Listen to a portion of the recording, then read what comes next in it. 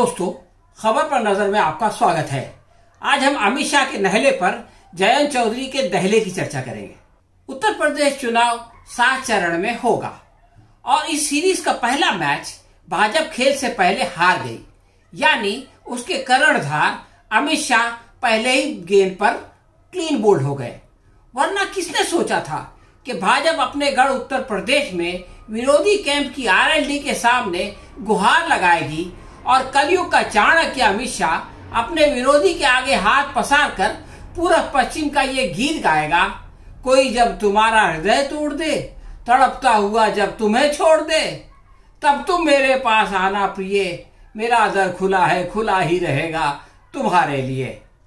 लेकिन किसान आंदोलन ने ये चमत्कार कर दिखाया। पिछली बार इस क्षेत्र की 58 सीटों में से 53 पर भाजपा को कामयाबी मिली थी, लेकिन अब तो वो इसका सपना भी नहीं देख सकती। और यही वो बात है कि जिससे कहा जा सकता है कि उत्तर प्रदेश चुनाव की शुरुआत भाजपा के लिए बहुत ही खतरनाक हुई। अमित शाह की लाचारी का जयंत चौधरी ने वही जवाब दिया जो फिल्म में सायरा बानो ने देशभक्त मनोज कुमार को दिया था। जयंत ने दो टोक अंदाज में ट्वीट करके लिखा, न्योता मुझे नहीं, उन 700 से ज्यादा किसान परिवारों को दो जिनके घर आपने उजाड़ दिए।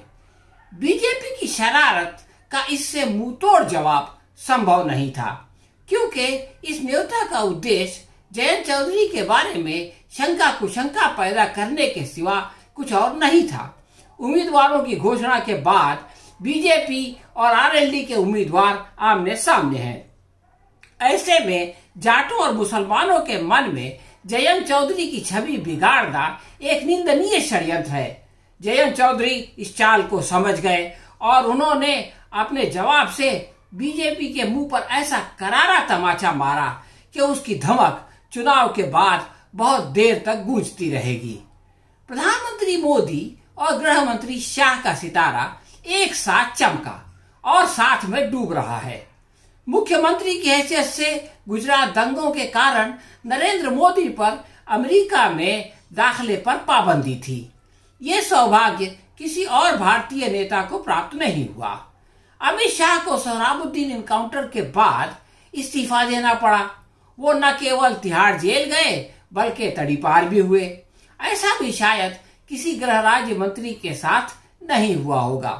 परंतु नरेंद्र मोदी को जब बीजेपी ने प्रधानमंत्री पद का उम्मीदवार बनाया तो उन्होंने अपने भरोसेमंद साथी अमित शाह को उत्तर प्रदेश में पार्टी का प्रभारी बना दिया। 2014 के चुनाव में बीजेपी को जबरदस्त कामयाबी मिली और नरेंद्र मोदी प्रधानमंत्री बन गए। इस सफलता में उत्तर प्रदेश की 80 में से 73 सीटों का सबसे बड़ा योगदान था और इसका श्रेय अमित शाह को मिला।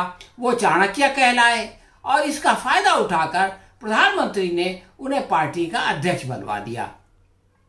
इस प्रकार देश और पार्टी की पूर्ण बागडोर मोदी और शाह के हाथ में आ गई। इसके बाद 2017 के अंदर उत्तर प्रदेश चुनाव में भी बीजेपी ने अभूतपूर्व कामयाबी दर्ज कराई और इसका क्रेडिट भी मोदी और शाह की जोड़ी को दिया गया। इन लोगों ने योगी आदित्यनाथ को मुख्यमंत्री बना दिया, हालांकि उनको सरकार चलाने का कोई अनुभव नहीं था। 2019 में फिर से चुनाव जीतने के बाद मोदी जी ने अमित शाह को सरकार में नंबर 2 यानी गृह मंत्री बनाकर राजनाथ सिंह का चैलेंज पूरी तरह से समाप्त कर दिया। समय के साथ योगी आदित्यनाथ पार्टी के स्टार प्रचारक बन गए। देश भर में चुनाव प्रचार के लिए उन्हें बुलाया जाने लगा। मोदी और शाह के बाद वही बीजेपी का सबसे लोकप्रिय चेहरा बना दिए गए। फिलहाल देश के 5 राज्यों में चुनाव हो रहा है और उनमें से एक उत्तर प्रदेश भी है। वहां बीजेपी की हालत इतनी खस्ता है कि योगी को उनकी जन्मभूमि उत्तराखंड में भी नहीं बुलाया जा रहा है, इसलिए कि योगी जी के लिए यूपी के अंदर खुद अपनी गोरखपुर की सीट बचाना मुश्किल हो रहा है। पंजाब से जान बचाकर लौटने के बाद शायद प्रधानमंत्री घर से बाहर नहीं निकले। स्वामी प्रसाद मौर्य के निकल जाने के बाद अमित शाह को सांप सूख गया। उनका कहीं अता पता नहीं था। बड़ी हिम्मत करके 22 जनवरी को अमित शाह कैराना गए और गणतंत्र दिवस पर पश्चिमी उत्तर प्रदेश में जाने के बजाय दिल्ली के अंदर ही जो सांसद प्रवेश वर्मा के घर पर जाट नेता को बुला लिया। इससे ये बात साफ हो गई कि बीजेपी का गृह मंत्री भी जाट लैंड में घुसने की हिम्मत नहीं कर पा रहा है। यूपी से आए दिन जनता द्वारा बीजेपी नेताओं पर हमले की खबरें आ रही है। उप मुख्यमंत्री केशव प्रसाद मौर्य को भी उनकी अपनी बरादरी के लोगों ने खुद उनके गांव से डांट डपट कर भगा दिया। इससे ज्यादा शर्म की बात और क्या हो सकती है। 26 जनवरी को प्रवेश कुमार वर्मा के घर पर भाईचारा बैठक में तकरीबन 400 जाट नेता उपस्थित थे। प्रश्न ये है कि भाईचारा पैदा करने का ये प्रयत्न पश्चिम यूपी में क्यों नहीं किया गया। इस मीटिंग में अमित शाह ने समाजवादी पार्टी के साथ गठबंधन में चुनाव लड़ने वाली आरएलडी को न्योता दे दिया। बैठक के बाद प्रवेश वर्मा ने जयंत चौधरी को जो है वो साफ साफ खुल्लम खुल्ला जो है वो अपने साथ हाथ मिलाने का ऑफर देते हुए कहा कि वो गलत रास्ते पर जा रहे हैं और जाट समाज के लोग उनसे बात करके उन्हें समझाएंगे।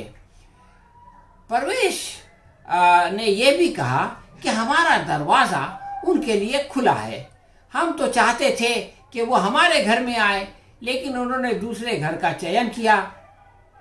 प्रवेश वर्मा ने ये बात अमित शाह की मर्जी से ही कही होगी। बीजेपी को ये अपेक्षा नहीं थी कि जयंत चौधरी इस ऑफर को ठोकर से उड़ा देंगे। जयंत ने यह भी कहा कि मैं चवन्नी नहीं हूं जो पलट जाऊं। ये सुनकर बीजेपी खुद पलट गई और अब मुंह की खाने के बाद कह रही है हमने तो न्योता दिया ही नहीं था। पश्चिम यूपी में मुजफ्फरनगर दंगा करवाकर बीजेपी ने जाटों को मुसलमानों से दूर कर दिया और उन्हें अपने साथ ले लिया। इस प्रकार आरएलडी का सफाया हो गया। इसके बावजूद समाजवादी पार्टी शक्तिशाली थी। पिछले चुनाव में पश्चिम यूपी की कुल 136 सीटों में से 103 पर बीजेपी ने विजय प्राप्त की। मैं आपको बता चुका हूं कि उसमें से 53 तो वो थी जिसमें पहले चरण में इलेक्शन होने वाला है, लेकिन बाकी 27 सीटें समाजवादी पार्टी ने जीती थी। किसान आंदोलन ने जाटों को बीजेपी से दूर कर दिया और उनको मुसलमानों के साथ उनका पुराना रिश्ता जोड़ दिया। अब जाट और मुसलमान दोनों आरएलडी के साथ हो गए हैं, इसलिए भाजपा को उसके आगे हाथ पैर जोड़ने की नौबत आ गई है। लेकिन मशहूर कहावत है अब पछतावे का होत जब चिड़िया चुग गई खेत। भाजपा का जहाज डूब रहा है और अमित शाह का ये बयान यानी आरएलडी को इलेक्शन से पहले अपने साथ बुलाना इसका खुला संकेत है। दोस्तों 10 मार्च को क्या नतीजे आएंगे ये तो समय बताएगा, लेकिन फिलहाल यही कहा जा सकता है कि उत्तर प्रदेश के चुनाव में भाजपा की हालत बहुत पतली हो गई है। हाँ तो दोस्तों ये थी हमारी आज की समीक्षा। आपको कैसी लगी हमें कमेंट बॉक्स में लिखकर बताएं। अगर आपको ये वीडियो पसंद आई हो तो अपने दोस्तों के साथ इसे शेयर करें और लाइक करें। हम बहुत जल्द किसी नए विषय के साथ आपकी सेवा में फिर उपस्थित होंगे। तब तक के लिए आज्ञा दीजिए। धन्यवाद।